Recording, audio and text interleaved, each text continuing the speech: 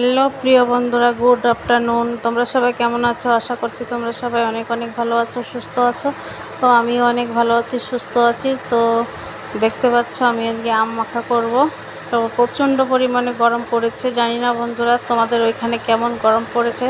তো প্লিজ তোমরা কমেন্টে জানিও তোমাদের ওইখানে কেমন গরম পড়েছে। তো আমিও একটু জানতে চাই যে আমার বন্ধুদের ওইখানে কেমন গরম পড়েছে। কি বলো তো বন্ধুদের কাছে তো শেয়ার করতেই পারি যে আমাদের এখানে গরম পড়েছে। তো যাই হোক, দেখতেই পাচ্ছ গরমের জন্য কিছুই ভালো লাগছে না। তো আমি আজকে আম মাখা করছি। তো আম মাখা করে খেয়ে তারপরে রান্না করতে যাব। তো বড়মশাইকে বলেছিলাম যে কটা আম এনে দাও, এই গরমে কিছুই খেতে ভালো লাগছে না। তো আজকে রান্না করব, জানো তো, টক ডাল করবো, ওর জন্য আম আনতে বলেছি বিশেষ করে। তো আমি দেখলাম কি যে আম এনেছে যখন, তাহলে একটু মাখিয়ে আম মাখা করে খাই। তো ওর জন্য আবার আমি একটু আমটা মাখা করছি। তো দেখো দুটো লঙ্কা দিয়েছি। এই লঙ্কায় না ঝাল নেই, জানো তো।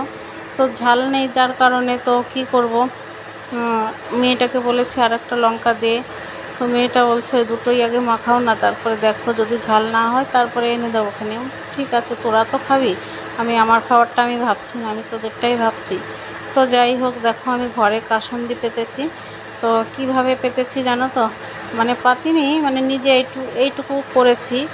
মানে একটুখানি সর্ষে ভালো করে ধুয়ে নিয়েছি জল দিয়ে।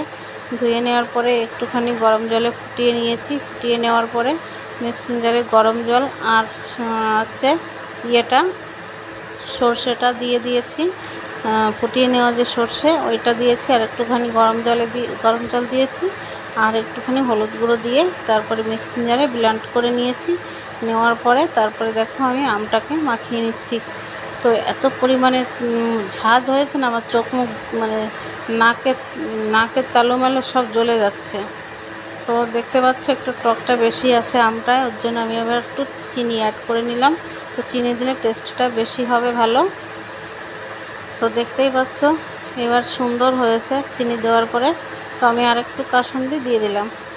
তো মেয়েটাকে বললাম একটু চেক করে দেখতো, আমার তো ভালো লাগছে, তোদের কাছে কেমন লাগছে। তো লঙ্কাটা দিলাম না আর। দেখতেই পাচ্ছ দুটো লঙ্কাই হয়ে গেছে। তো এখন মাখানো ওকে বলছি, ছোটো মেয়েটাকে বলছি আয় এখানে। তো ক্যামেরার সামনে আসবে না বললো। তো যাই হোক, আমি বড়ো মেয়েকে বললাম যে তুই আয়, চলে আয়, তুই এসে এখানে বসে খা। তো ও বলছে ঠিক আছে মা, আমি বসে খাচ্ছি, ও না আসুক। তো দেখো ওকে আমি আবার একটু এই টিফিন কারিতে ওকে দিয়ে দেবো, ছোটো মেয়েটাকে। ও আসবে না যখন, তো ওইখানে বসে খাবে। ওকে ডাকছি, দেখতে পাচ্ছ তো, তো আসছে না। তো ওকে আমি এই টিফিন কারির বাটিটায় ওকে একটুখানি দিয়ে দেবো। তো দিয়ে দিয়েছি। তো আমরা দুজনে খাচ্ছি। নাকটা জ্বলে যাচ্ছে, এত মানে ঝাঁজ হয়েছে। তো তোমাদের যদি ভালো লাগে তোমরাও এইভাবে বানিয়ে খেয়ে দেখো কেমন হয়। তো আমার তো ভালো লেগেছে। আর তোমাদের যদি এই ভিডিওটা ভালো লাগে তো লাইক কমেন্ট শেয়ার করে দিও। আর যারা আমার এই চ্যানেলে নতুন, তো প্লিজ সাবস্ক্রাইবটা করে দিও। আর লাইক কমেন্ট শেয়ার করতে কেউ ভুলো না। তো পাশে থাকা বেল আইকনটিও বাজিয়ে দিও। তো দেখতেই পাচ্ছ আমাদের হয়ে গেছে খাওয়াটা।